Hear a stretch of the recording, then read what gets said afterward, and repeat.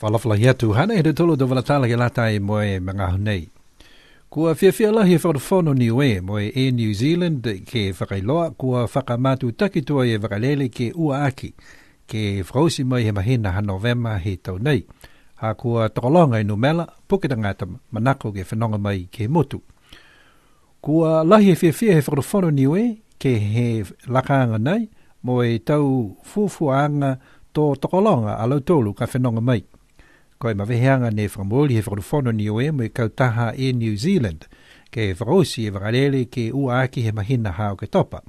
Kai kua hiki duai he mga nei ke whakausi he aho hongo fulumahiva i a November mai i New Zealand mo i aho hongo fulumavalu i a November ke tuku whanonga ke he mai i niue. Koe tau nufua ke lata mai wakalele ke ua aki he mahina ha November kua hawhangi duai ke whakafua atu he mga nei. Kua talia duai he whakawhono ke whailang matai mai matanga hua ke lata moe whare he taufua kau ke whanenga ngau.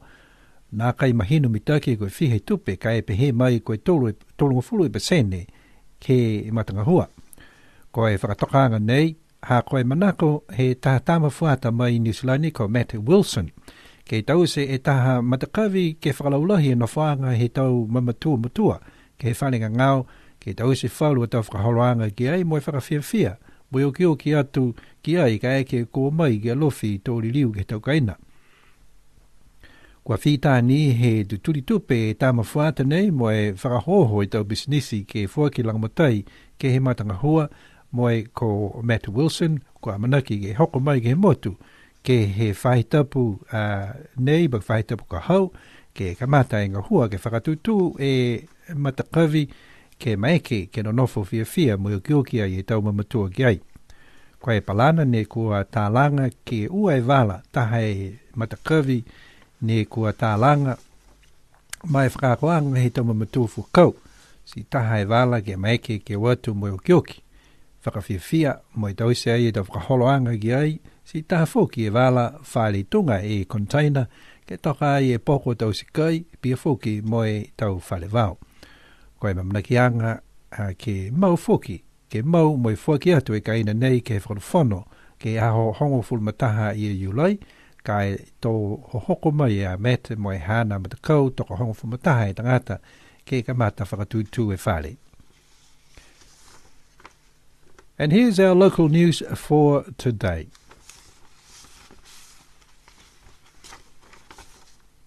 The government of Niue and Air New Zealand are happy to announce that Air New Zealand midweek service will be extended till November 2014 due to ongoing increase in customer demand. The extra service has been welcomed by the government of Niue with predictions the extended season can attract extra visitors to the island. Air New Zealand extension of the original agreement due to end in October will see the last mid-weekly flight from New Zealand on the 19th of November and the last second flight from Niue on the 18th of November. The extended service is now available for sale for November. Niue government has approved a 30% contribution for a project to develop the elderly folk section at the Niuefo Hospital. The proposed extension of the aged care facility at the hospital was a concept initiative developed by a New Zealand student, Matt Wilson, to provide an area for the leisure activities of Niue's elderly residents. The rest of the funds Matt has managed to raise privately through sales of raffles, grants, labour and sponsorship valued at about $100,000. The new addition will include an area for the elderly folks to relax, entertain and host activities, and a container structure that is fitted with kitchen and restroom facilities. Matt will be arriving soon, or is probably already on the island, with his team of 11 people, and to start assembling the facility, and the project will be completed and handed over to government on the 11th of July.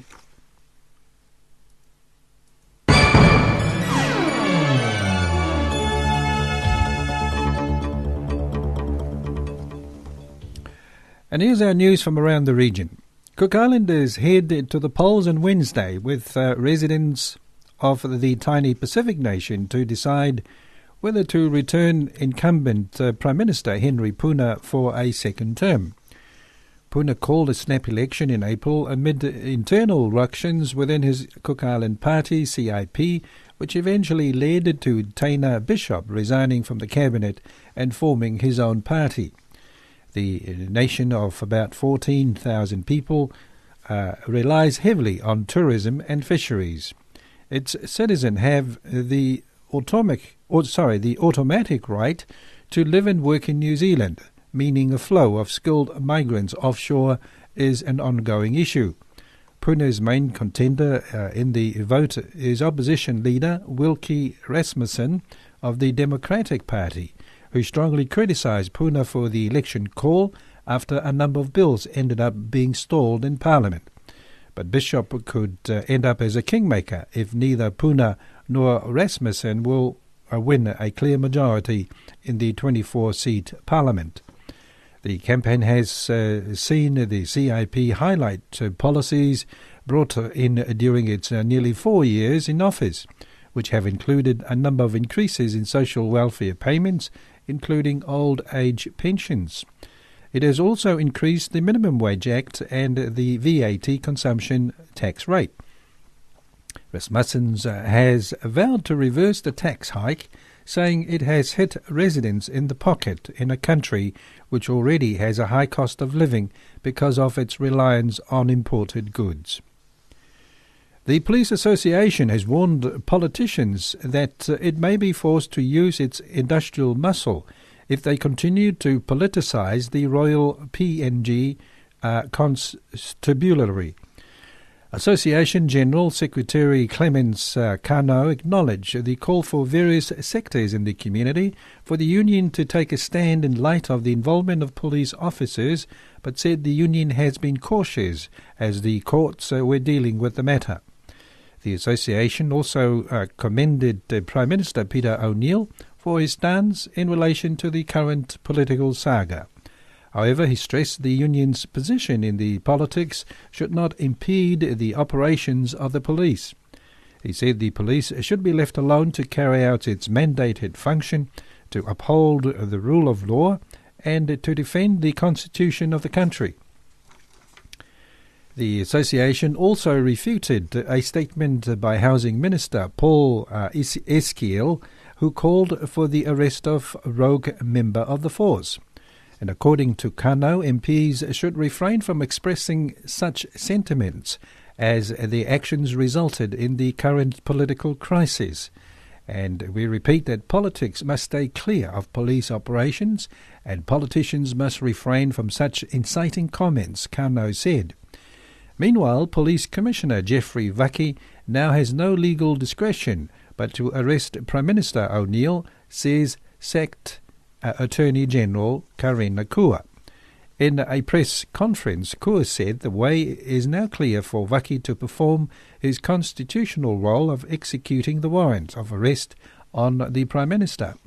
But the Prime Minister's office yesterday told the Post-Courier that Kua was trying to promote civil unrest among citizens and that it was really unbecoming of a leader and a member of a legal profession.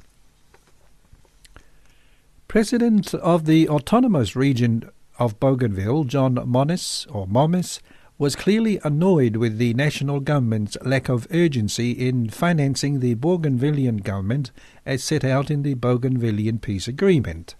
He made this known at the joint supervisory body meeting in Kokopo last Friday. He said their claims and advocacy on these matters are based on Papua New Guinea's constitutional laws, which arises out of the BPA, which was renegotiated to end the war on Bougainville. He said when the BPA was being negotiated, the national government's finances were in a poor state, with PNG arguing that it could not afford to provide the massive sums needed to fund recurrent costs. Another proposed party has filed an application to register and contest the 2014 general elections of September the 17th. Proposed One Fiji officials this afternoon handed their applications with around 6,000 signatures and paid their application fee to the Supervisor of Elections, Mohammed Sanim, at the Fijian Elections Office in Suva. Proposed chairperson of the proposed party and prominent Suva lawyer, Filimoni Vosarongo, said the idea to form a party originated in February 2013, and they are receiving a very good response from people of all walks of life and different ethnicity.